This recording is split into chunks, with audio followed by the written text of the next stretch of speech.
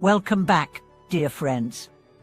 I'm so glad you're here with us today, because the topic we are about to explore strikes at the very heart of what it means to walk the spiritual path with sincerity and strength. Have you ever struggled with staying committed to your spiritual routine? Found it difficult to keep the flame of practice burning day after day, especially when life throws distractions, doubt, or fatigue your way? You're not alone. Spiritual practice is not a straight road paved with gold and light. It is a winding path through valleys of uncertainty and peaks of inspiration. And today, we are going to learn from the wisdom of the ancients, those great practitioners of old who, without modern comforts, technologies, or distractions, managed to cultivate a deep and unwavering diligence in their path. How did they do it?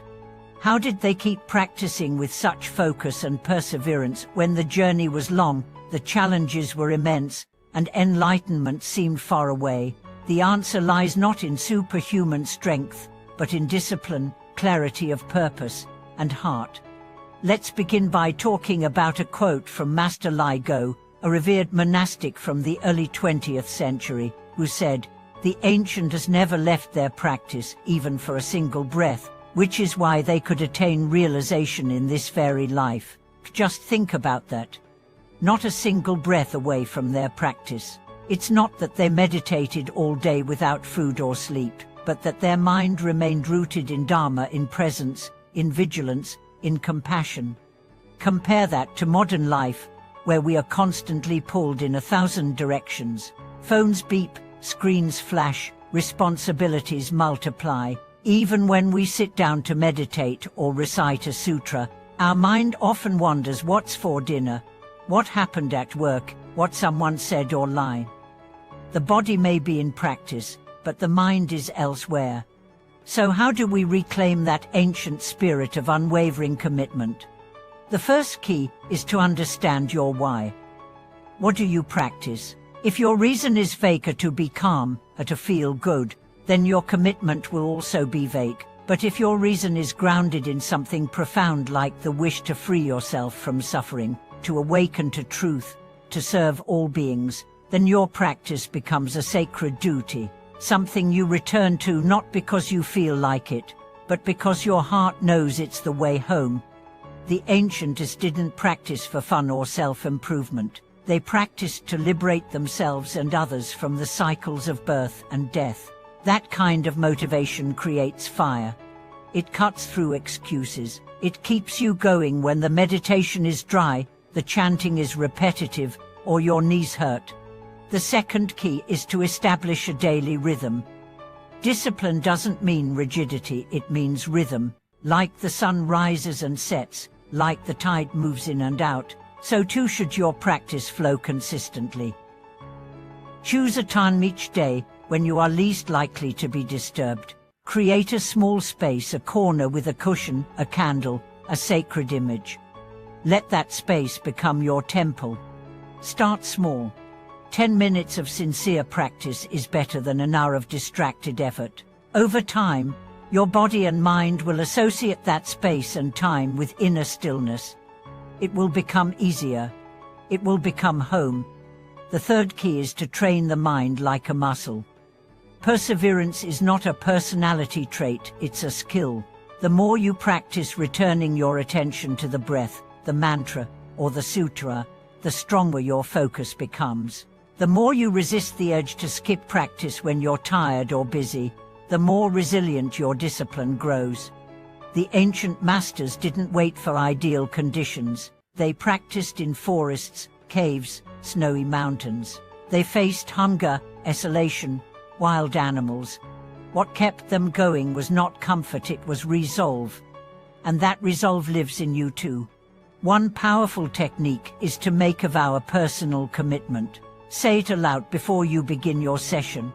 No matter what arises, I will complete this practice with full sincerity. This kind of vow creates a container of energy. It holds you steady when motivation wavers. The fourth key is to transform obstacles into fuel. Every practitioner, no matter how advanced, encounters resistance. The body aches, the mind rebels, the world distracts, but the ancients saw these not as problems, but as teachers. When the body hurts, it teaches patience. When the mind wanders, it teaches humility. When others interrupt, they teach compassion. Every challenge is a sharpening stone. Every difficulty is a test of sincerity. There's a story of a monk who was meditating in a cave when a thunderstorm rolled in. Water seeped in. His robe was soaked. Bats screeched, yet he didn't move. He said later, "Even the thunder reminded me of the sound of Dharma." That is the power of perspective. The fifth key is to keep the heart soft. Focus and perseverance are not about hardening your will, they are about opening your heart. When practice becomes mechanical, it dies. When it is infused with love, it lives. Remind yourself this breath is a gift. This mantra is a blessing. This silence is sacred. Let your practice be a conversation with the divine, a dance with your inner being, a song of longing for truth. Another beautiful way to stay committed is through community. Even if you practice alone, know that countless others across time and space are sitting with you, chanting with you, striving with you. When your strength falters, remember theirs. When you feel alone, feel the presence of the lineage monks, masters, teachers, and seekers who lit the path you now walk. Write down your intentions, track your progress, reflect on your insights, and when you fall, don't punish yourself. Get up, begin again. The ancients fell too, but they didn't give up. And most importantly, surrender. Perseverance is not about force, it's about faith. Faith that the path works. Faith that your efforts matter. Faith that each moment of awareness, each act of devotion, each whispered prayer is transforming your being, even if you can't see it yet. Let me leave you with this image, a small stream carving through stone. It doesn't break the rock for strength, but for persistence. Every drop matters. Every drop shapes destiny. Thank you so much for watching this video.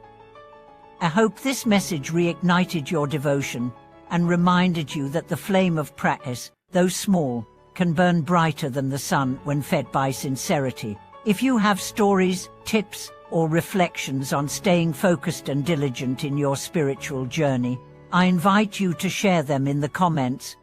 Let us support one another on this sacred road.